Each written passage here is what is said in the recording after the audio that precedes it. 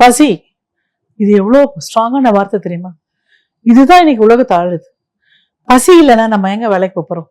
கடவுள் எங்க வச்சாரு பார்த்தீங்களா? நம்மளுக்கு ஆப்பு வயிறு கிட்ட தான். இந்த பசியை மாத்திரம் நம்ம நம்ம எப்படி ஹேண்டில் பண்ணோம்னா, ஒரு வேலையை ஒரு வாட்டி சாப்பிட்டோம்னா அந்த எனர்ஜி வரும். ஆனா அந்த எனர்ஜியோட முடியாது. நம்ம இருக்கிறவங்க சாப்பிட்றோம், இல்லாதவங்க. இதுதான் பயங்கர கிரைமுக்கான காரணமே. சாப்பாடு எல்லாம் திருடுறான், பொய் சொல்றான், கொலை பண்றான், கொள்ளையடிக்கிறான்.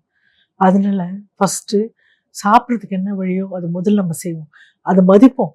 நம்மளுக்கு இருக்குதா, அந்த இன்னைக்கு அந்த நாள் அந்த சாப்பாடு கடவுள்கிட்ட நன்றி சொல்லுவோம். இறைவா, எனக்கு இந்த சாப்பாடு கொடுத்துருக்கேன். என்ன போல நிறைய பேர் இருக்காங்க, அவங்களுக்கு இந்த சாப்பாடு போய் சேர்த்தோம். நம்ம சாப்பிடும்போது ஒருத்தவங்களுக்கு கொடுத்து பழகும்னு நம்ம தெரிஞ்சுக்கிறோம், சரிங்களா? ஆனா இந்த பசின்னு எதுக்கு சொல்லணும்னா, பசியை போல ஒரு கொடுமையான விஷயம் உலகத்துல எதுவுமே இல்லை. எதோ வேணா செய்ய தோணும். அதனால நம்மளோட கூட இருக்கும்போது, நம்ம சாப்பிடும்போது 4 பேருக்கு கொடுத்து பழக்கம் பார்த்துக்கோங்க. அதனாலதான் என்ன பண்ணுவாங்க பெரியவங்க, என்ன சொன்னாங்கன்னா, டொனேட் ஃபுட். 4 பேருக்கு கொடுத்து நம்மளும் சாப்பிடணும். பசிங்கிறது ஒரு வார்த்தை இல்லைங்க. என்னால இது வந்து இந்த ஒரு எபிசோடோ இல்லை ஒரு ஷார்ட்ஸோ பத்தாது. ஆனா பசிங்கிறது ரொம்ப ரொம்ப முக்கியம். சாப்பாடுங்கிறத மதிக்கணும். எடுத்து கொட்டாதீங்க. குப்பையில் எடுத்து கொட்டுறாங்க சாப்பிட்டுட்டு. கொடுக்க பழகிக்குங்க. ஒரு நாய்க்கு போய் கொடுங்க.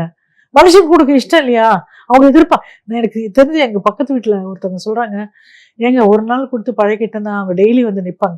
ஏங்க அன்னைக்கு கொடுங்க, நாளைக்கு வரும்போது பார்த்துக்கலாம். கொடுக்குற குணம் இல்லையேங்க. பசிப்பினி ரொம்ப வள்ளலாரும் அதான் சொன்னார். சாப்பாடை போல ஒரு கொடுமையான விஷயம் அது இல்லைன்னா, அந்த வாய் வாழ்த்துறதுனால வயிறு வாழ்த்துன்னு சொல்லுவாங்க.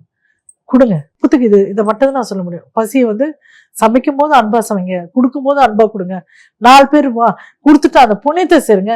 அந்த புண்ணியம் உங்க பிள்ளைங்களுக்கு அது வந்து கரெக்டான நேரத்துல எம்ஜிஆர் பாட்டே பாடியிருக்காரு. தானம் பண்றது வந்து தர்மம் தலை காக்கும், தக்க சமயத்தில் உயிர் காக்கும். கண்டிப்பா காக்கும், சரிங்களா? பசி ரொம்ப முக்கியம். மதிங்க. நீங்க நல்லா திருப்தியா சாப்பிடுங்க. அன்னைக்கு நன்றியோட அது 4 பேர் கொடுக்குற பழக்கம் வச்சுக்கோங்க. இதை உங்க பிள்ளைங்களுக்கும் சொல்லிக் கொடுங்க. நன்றி.